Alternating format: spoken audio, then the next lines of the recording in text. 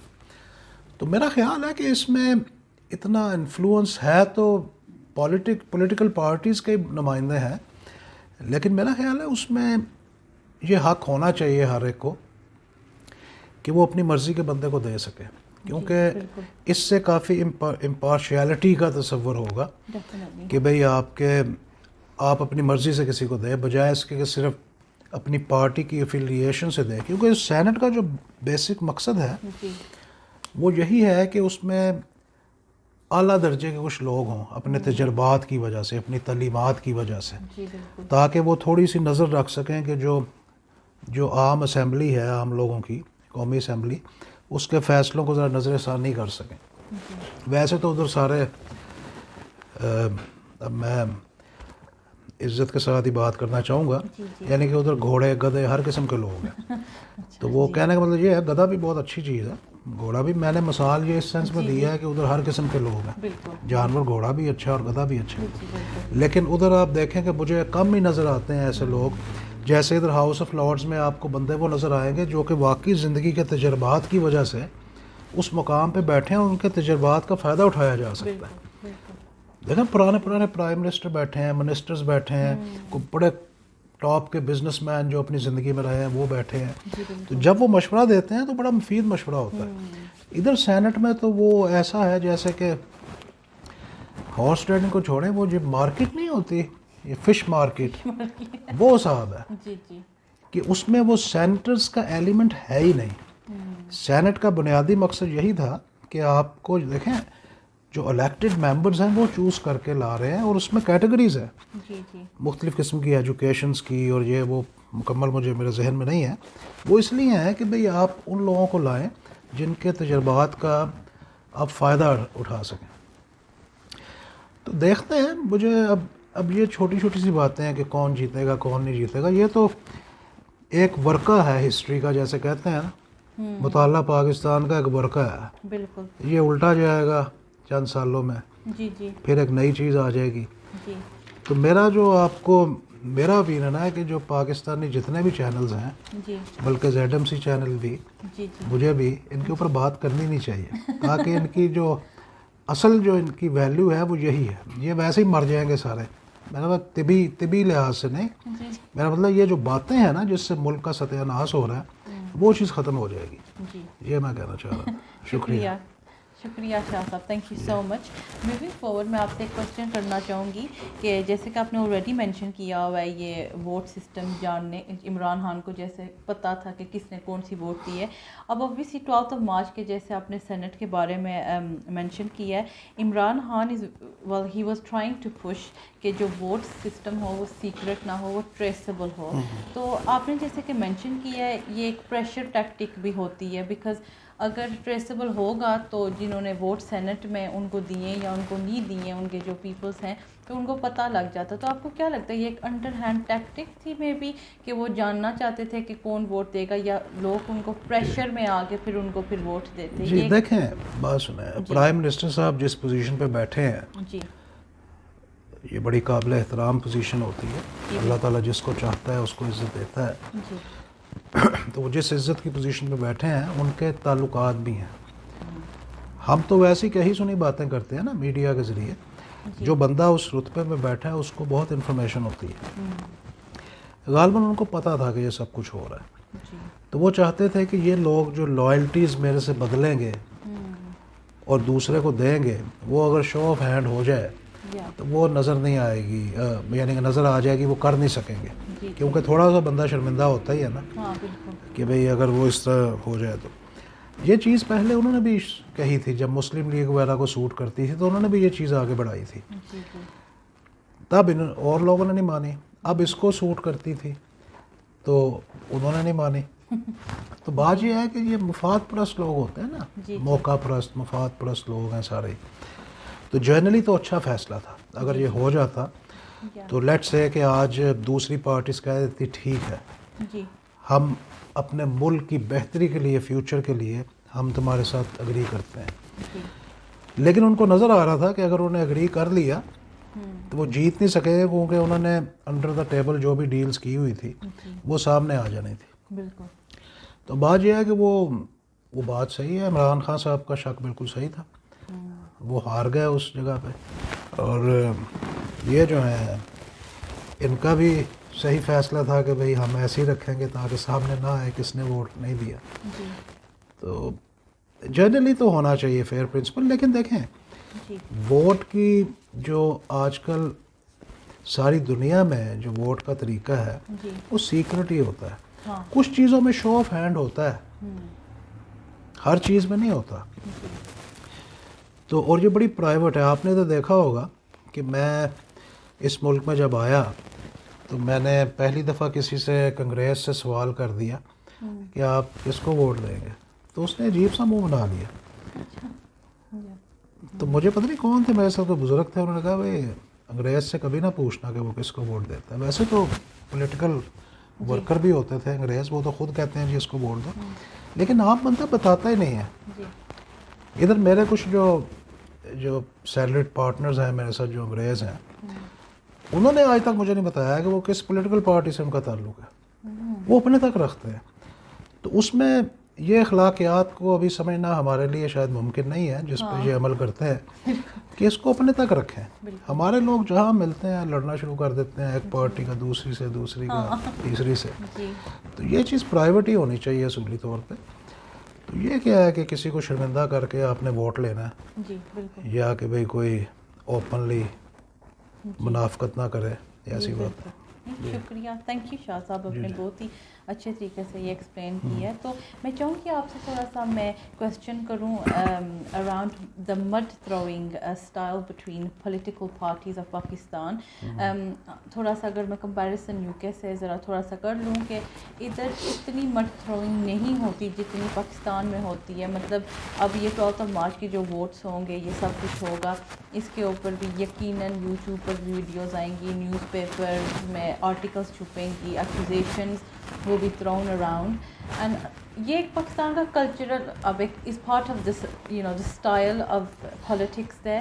پر آپ کا اوپینین کیا ہے, یہ کیوں ہے اور یہ کبھی ختم ہوگا؟ یہ ایک کے پاس ایک کمز ود دا ٹیریٹری, ہمیں اس چیز سے اب وہ کیا کہتے ہیں, we should get used to this. دیکھیں بات یہ ہے کہ اگر آپ دیکھیں ادھر بھی پبلک اسکولز میں جو ہوتے ہیں ادھر ڈبیٹس کرنا, ایک دوسرے کے اوپر جھکتے بھی کہہ سکتے ہیں آپ انہیں, یا ادھر آپ دیکھیں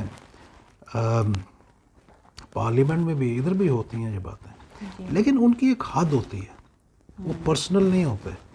جی ٹھیک ہے مذاق اڑا لیتے ہیں, بڑا مزیدار مذاق اڑاتے ہیں ایک دوسرے کا, لیکن ادھر جو ہے نا جو آپ بات کر رہے ہیں وہ کیچڑ اچھالنے کی جو بات کر رہی ہیں, وہ اس حد تک گرا ہوا ہوتا ہے کہ یعنی کہ نہایت ہی بد مزہ قسم کا وہ ہوتا ہے طریقہ. اس چیز کو بالکل ختم کرنا چاہیے انہیں. وہ آپ کی لائلٹی اپنی نیشن کے ساتھ پہ الزام لگا دیتے ہیں, غدار بنا دیتے ہیں آپ کو, یا پرسنل اٹیکس کرنے شروع کر دیتے ہیں, وہ بھی بڑی غلط بات ہے. پھر ایک دوسرے کے اوپر کہ یہ کرپٹ ہے وہ کرپٹ ہے. یہ چیز ویسے میں دیکھتا ہوں کہ بھئی زیادہ مجھے لگتا ہے کہ عمران خان صاحب کی پارٹیز نے جو ہر ایک کو کرپٹ کہنا شروع کیا ہے نا, وہ اتنی اچھی بات نہیں ہے کہ جو ان کی پارٹی میں آ جاتا ہے وہ صاف ہو جاتا ہے, ادروائز جب تک وہ دوسری پارٹی میں ہے وہ کرپٹ نہیں. حالانکہ دیکھیں کسی کو کرپٹ کہنا بری بات نہیں ہے, اور یہ خلیفہ وقت کا کام ہے کہ کرپشن کو ختم کرے, اس لحاظ سے بالکل صحیح بات کر رہے ہیں. لیکن اسی طرح ہی ہمارے جو ماشاءاللہ جو خلافت راشدہ تھی, یا مدینہ منورہ کی جو خلافت کی بات کرتے ہیں یا ریاست کی, اس میں دیکھیں ایک ٹرائل سسٹم جو انٹروڈیوس کرایا تھا نا, وہ ہمارے اسلام نے کروایا تھا. یہ نہیں تھا کہ آپ اس کو گلی محلے میں کھڑے ہو کے لوگوں کو کہتے رہیں کہ آپ کرپٹ ہیں, اور پھر آپ ایک اگر ذمہ دار انسان ہیں تو پھر یہ ہے کہ آپ اس بندے کا ٹرائل کریں, ہر اس بندے کا, اور اس کے بعد اس کو آپ اوبویسلی اگر وہ کرپٹ ہے تو ہے ٹھیک ہے, جیسے اب وہ نواز شریف صاحب کا کہتے ہیں کہ جی وہ کنوکٹ ہو چکے ہیں اس لیے ہم کہتے ہیں. لیکن اس میں بھی کئی چیزیں دیکھیں, ہر چیز کی ایک سزا ہوتی ہے. اب نواز شریف صاحب کو اگر سزا ہوئی ہے تو پھر وہ سزا ہی ان کا اصل یعنی کہ علاج تھا یا ان کا حق تھا. کھڑے ہو کے ان کو بار بار کرپٹ کہنا کوئی ان کی فردر سزا جو ہے وہ کسی بھی یعنی کہ چیز میں مناسب نہیں ہے کسی بھی طرح. لیکن اگلی بات جو ہے, اب یہ کہتے ہیں جی وہ چلا گیا جھوٹ بول کے. میں نے جو دیکھتا ہوں مجھے اس سے سمجھ نہیں آتی کہ بھی وہ آپ کے اپنے منسٹر تھے جو کہتے تھے جی کہ ان کو بھیج دیں. اب یہ پانسا پلٹ رہے ہیں. بھائی اپنی غلطی کو بھی مانیں, آپ کہیں کہ ہاں میں نے غلطی کی ہے, ہاں میں نے یہ کیا ہے, میں نے اس کو بھیجا ہے. این آر او کی باتیں کرتے ہیں, اس سے بڑا این آر او اور کیا تھا بھائی. جی بالکل. این آر او مجھے تو پتہ نہیں این آر او ہوتا کیا ہے. یہ کوئی ریکنسیلیشن آرڈر یا کیا نام ہوگا اس کا. تو وہ یہ ہے کہ بھئی وہ تو آپ دے چکے ہیں, پھر آپ کہتے ہیں نو این آر او, اور کون سا این آر او دینا ہے آپ نے. تو اینی وے وہ چیزیں یہ غلط ہے. یہ موقع کی مناسبت سے ہو سکتا ہے بیچ میں کوئی اور پولیٹیکل یا آفیشیل کوئی پریشر ہو, جس وجہ سے وہ راشدہ صاحبہ جو ہیں شاید انہوں نے کہا تھا کہ ہاں میں نے یہ رپورٹس دیکھی ہیں. آپ کا مطلب یہ ہے کہ وہ اندر بیٹھے ہوئے تھے اور رپورٹس انہوں نے بنا کے پیش کر دی, انہوں نے مان لی. ایک بندے کے آپ اتنے بڑے دشمن بنے ہوئے ہیں ایک دوسرے کے, تو آپ نے ان کی رپورٹ مان لی؟ نہیں, یہ انہوں نے خود بھیجا ہے اسے. تو جو اگر بندہ کرپٹ ہے تو اس کو آپ اس کو سزا دیں اور دیٹس اٹ, اس کے بعد بھول جائیں. یہ نہیں کہ آپ ہر وقت ہر ایک کو کرپٹ ہی کہتے رہیں. یہ ہمارے معاشرے کے لیے یہ بڑی بدنام چیز ہے. اور ایک اور بات, یہ فوراً جس کے خلاف کوئی چیز ہوتی ہے نا, یہ ہمارے ملک کی جو اعلیٰ ترین اسٹیبلشمنٹ ہے اس کے خلاف شروع ہو جاتے ہیں. چاہے وہ کوئی آرمی سے ریلیٹڈ ہے, یا وہ کوئی سول سروس سے ریلیٹڈ ہے, یا جوڈیشری سے ریلیٹڈ ہے. جیسے الیکشن کمیشن بھی سمجھے جوڈیشری سے ملتا جلتا ہے, یا سول سروس ہے, ایک دم خلاف شروع ہو جاتے ہیں. بچارے تو نہیں لفظ صحیح, لیکن وہ اتنی محنت کرنے والے لوگ ہیں ہماری سول سروس یا آرمی, آپ فوراً ان کے در پہ ہو جاتے ہیں. اور اگلی بات یہ ہے کہ ہمارا جو آئین ہے وہ کسی حد تک ڈائریکٹلی یا انڈائریکٹلی یا امپلائڈلی یہ طاقت دیتا ہے ہماری آرمی کو کہ وہ ہر چیز پہ نظر رکھ سکیں. اگر وہ نظر رکھ رہے ہیں کسی کے اوپر تو وہ ان کا آئینی فریضہ ہے. ان کے جو حق میں بات ہوتی ہے اس میں وہ کہتے ہیں کہ جی ٹھیک ہے, جہاں وہ ذرا سی بات ہو. میں نے کئی عمران خان صاحب کی ریکارڈنگ دیکھی ہیں, وہ جرنیلوں کے خلاف آرمی کے خلاف اتنا بول رہے ہیں, ادھر جو نواز شریف صاحب بولتے رہتے ہیں. تو اس چیز سے بھی بچنا چاہیے. جی شکریہ, بہت بہت شکریہ. تھینک یو شاہ صاحب, آپ نے بہت ہی انٹرسٹنگ باتیں کی ہیں اور بہت ہی لینتھ میں جا کے ڈسکرپشنز بھی دی ہیں کہ فیئر ہے اور نہیں بھی فیئر ہے کسی کو اتنا ہم وربلی ابیوز کریں. ان کو پنشمنٹ اگر مل گیا ہے تو that's it. But I think within our culture we do jump on the bandwagon quite a lot. But moving on, thank you so much Shah Saab for your Shukriya. much appreciated company, and inshallah we will see our viewers next week again with a very interesting topic of your choice. Please don't forget to follow and share ZMC Network. Shukriya. Assalamu alaikum. Thank you.